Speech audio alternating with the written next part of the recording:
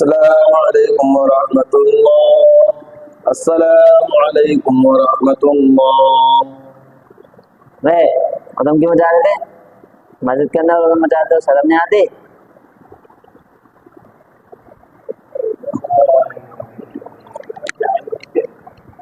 यार उधम मचाते हो,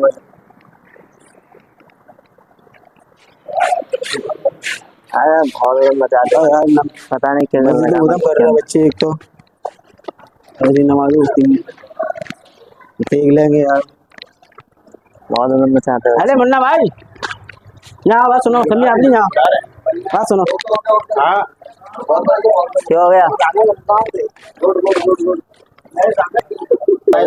बस बात ये और कुछ नहीं है। मस्जिद में देखा भी आपने किस तरीके से नमाज हो रही थी? अरे यार ये बहुत बच्चे कितने उधम कर रहे थे। इसमें नमाज पढ़ना, इसमें आना है आपको? ऐसे हम नहीं आ पाएंगे भाई, ऐसे बदतमीजी कर रहे हैं। ये बात तो सही है। बड़े बड़े बच्चे उधम कर रहे हैं। मैंने भी देखा काफी और देख कितनी धमधम से आवाज हुई थी, एकदम गिरे थे बच्चे, रुकू में गए थे। किसी टांग कह जाना कहीं कुछ कुछ कर रहा है, गिरा रहा है। भाई मैं तो अमली मत हो भाई, ऐसे ऐसे करने नहीं चाहिए बच्चों। ये बात तो सही कर रहा है। तनख्वाह गाय को देते हैं सबको, इसलिए देते हैं हम बच्चों को मचाए। इमाम साहब से ये बात करनी है भी यार। इमाम साहब क्या करते हैं, यानी कि बच्चों से उधम करवा रहे हैं इमाम साहब भी। चलो तो इमाम साहब से बात कर लें। इमाम साहब से बात करनी है। हाँ सर, अंदर चले, अंदर चलना है। इमाम साहब से बात करना है। चलो ठीक है, आप साहब से बात करना है। चलो आप भी आपसे बात कर लेंगे और क्या दिक्कत है वहाँ।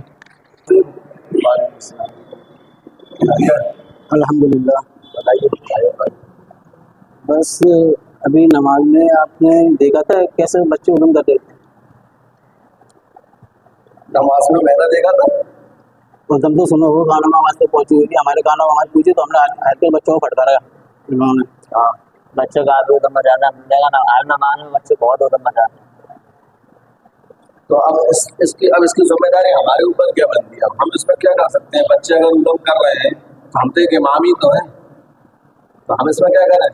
थोड़ी बहुत जिम्मेदारी तो निभाई है इमाम की, बच्चे उधम ना मचाए, नमाज में गलत तो होती।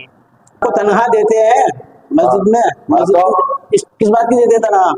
किस जिम्मेदारी निभाओ? तो भाई पूरी जिम्मेदारी निभा तो रहे हैं, नमाज वगैरह टाइम जो होता रही है आपकी। तो हम नमाज पढ़ने के लिए आ रहे हैं, यहाँ बच्चे इतना उधम कर रहे हैं, बेशुमार बच्चे उधम कर रहे हैं यहाँ पे। तो बच्चों की क्या नमाज खराब हो रही है हमारी।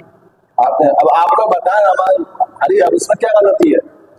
बच्चे उधम कर रहे हैं तो इसमें हम क्या करें? अभी नमाज पढ़ रहे हैं, अभी नमाज पढ़ रहे हैं। आप अपने काम करिए, अपना इंतजाम कर लीजिए। अपना इंतजाम नहीं भाई, ऐसा नहीं हो सकता। हमारा पेट है, अब एकदम अचानक हम क्या करेंगे? हमारा कोई कारखाना थोड़ी चल रहा है, हमारा कोई गोदाम थोड़ी चल रहा है। हमारे माँ बाप ने और हमने अपनी जिंदगी सिर्फ मदरसे में इसी के लिए गुजारी।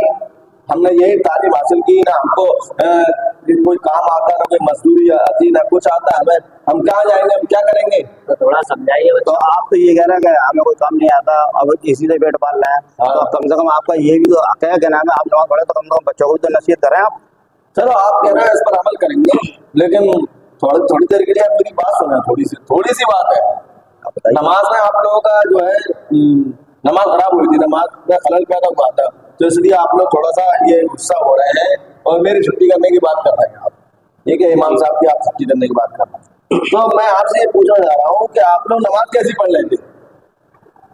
नमाज कैसी पढ़ लेते? नमाज जैसी पढ़ी जाती है वैसी नमाज पढ़ लेते हम तो। आप जैसे पढ़ा रहे थे वैसे। अगर आप नमाज खुशू और खुजू के साथ पढ़ रहे होते, खुशू और खुजू के साथ अगर नमाज पढ़ रहे होते तो फिर आपकी नमाज में खलल पैदा होता ही नहीं। आप कैसी नमाज अदा कर रहे थे कि अगर बच्चे पीछे उधम कर रहे हैं तो आपको सारी खबरें हैं, आप पीछे देख रहे हैं मुड़ मुड़ के, आपको सब मालूम था कि नमाज में पीछे क्या हो रहा है। आप मुझसे आते ही कह रहे थे कि आपने देखा नहीं। तो भाई मैंने तो देखा नहीं नमाज में, हो सकता है शायद आप लोगों ने देखा हो, नमाज पढ़ते में आपने पीछे मुड़ के देख लिया हो कौन क्या कर रहा है। और आपने आपने वो नहीं सुना, हजरत मौला अली रज़ियल्लाहु ताला अन्हु के एड़ी में पीछे यहाँ पैर में किसी जहरीले कीड़े ने काट दिया था, तो बहुत कांटा निकालने की कोशिश की गई। एक रिवायत में ये भी है कि आपके कील घुस गई थी, पैर में चली गई थी, आपके लग गई थी, तो बहुत निकालने की कोशिश की, बहुत गहरा जख्म हो गया था, लेकिन आप निकलवाते नहीं थे क्योंकि बहुत ज्यादा तकलीफ होती थी।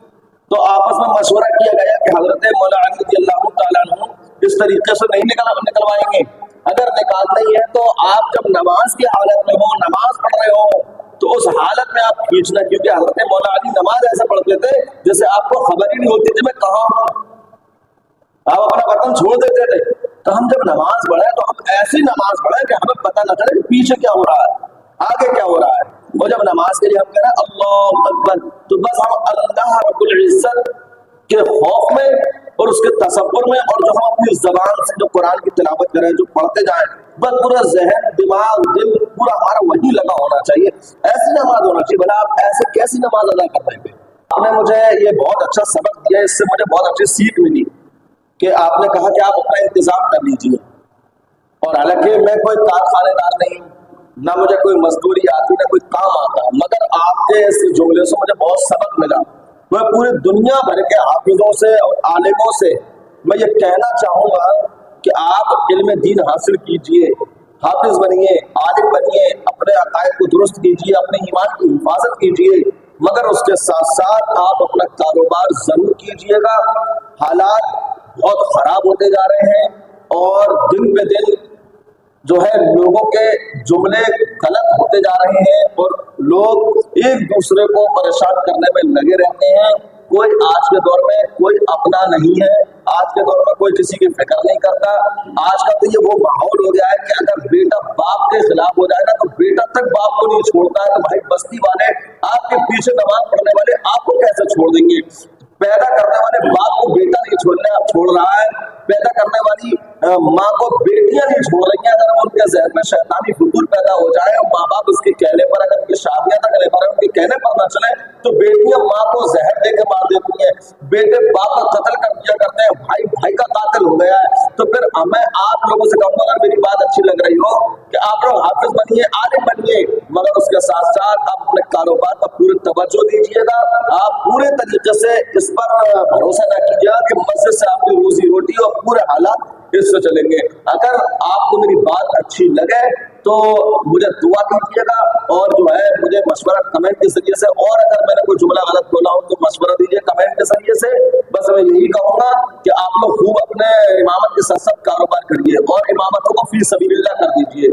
फी सबीलिल्लाह, फ्री में नमाज पढ़ाइए और साइड में कारोबार कीजिए। बस नमाज पढ़ाइए, जितने आवाम के लिए नमाज फर्ज है उतने ही आपके लिए भी और हमारे लिए, सबके लिए नमाज फर्ज है। आप भी नमाज पढ़े, नमाज पढ़ के अपने कारोबार को संभालें। ये नमाजी नमाज पढ़ने वाले सिर्फ 5 मिनट के लिए आते हैं और नमाज के लिए मस्जिद में आएंगे और मुंह में गुटके भर भर के गोबरों की तरह लाते हैं और मस्जिद में लाल वुजू घर करके जाते हैं, गुटके थूक थूक के गोबर भर भर के मस्जिदों के वुजू घर करते हैं। मस्जिदों में पेशाब और पाखाना करने, बैतुल खुला करने जाते हैं, वो गंदे करके ये चले जाते हैं ना। 5 मिनट के लिए नमाज पढ़ेंगे और चले जाएंगे, फिर बाहर जाकर फिर अपने आवारागर्दी करते हैं। तो भाई इनको अपनी रोजी रोटी की फिक्र है। जैसे ये 5-10 मिनट की नमाज पढ़ने आते हैं, ऐसी नमाज आप पर भी फर्ज है। आप भी नमाज पढ़े और नमाज पढ़ने के बाद में आप भी अपना कारोबार को संभालें, वरना दो बेशुमार ऐसे हाफिज और आलिम हैं, अल्लाह हिफाजत फरमाए सभी की, कि बेचारे इमामतों को छोड़ने के बाद उनके पास कोई कामकाज नहीं है, कारखानों में पानी पिला रहे हैं, ठेले लगा रहे हैं चौराहों पर। तो इसलिए मैं हर हाफिज आलिम और पढ़े लिखे दीनदार से मैं ये कहूंगा कि आप लोग खूब इल्म दीन हासिल कीजिए, मगर इस कौम पर भरोसा ना कीजिएगा। ये कौम धोखेबाज है, ये कौम अपने अपनों की नहीं हो रही है, आपकी क्या होगी? तो इसलिए आप खूब जो पढ़िए लिखिए, मगर साथ साथ आप अपना कारोबार भी बढ़ाइए। अस्सलाम वालेकुम।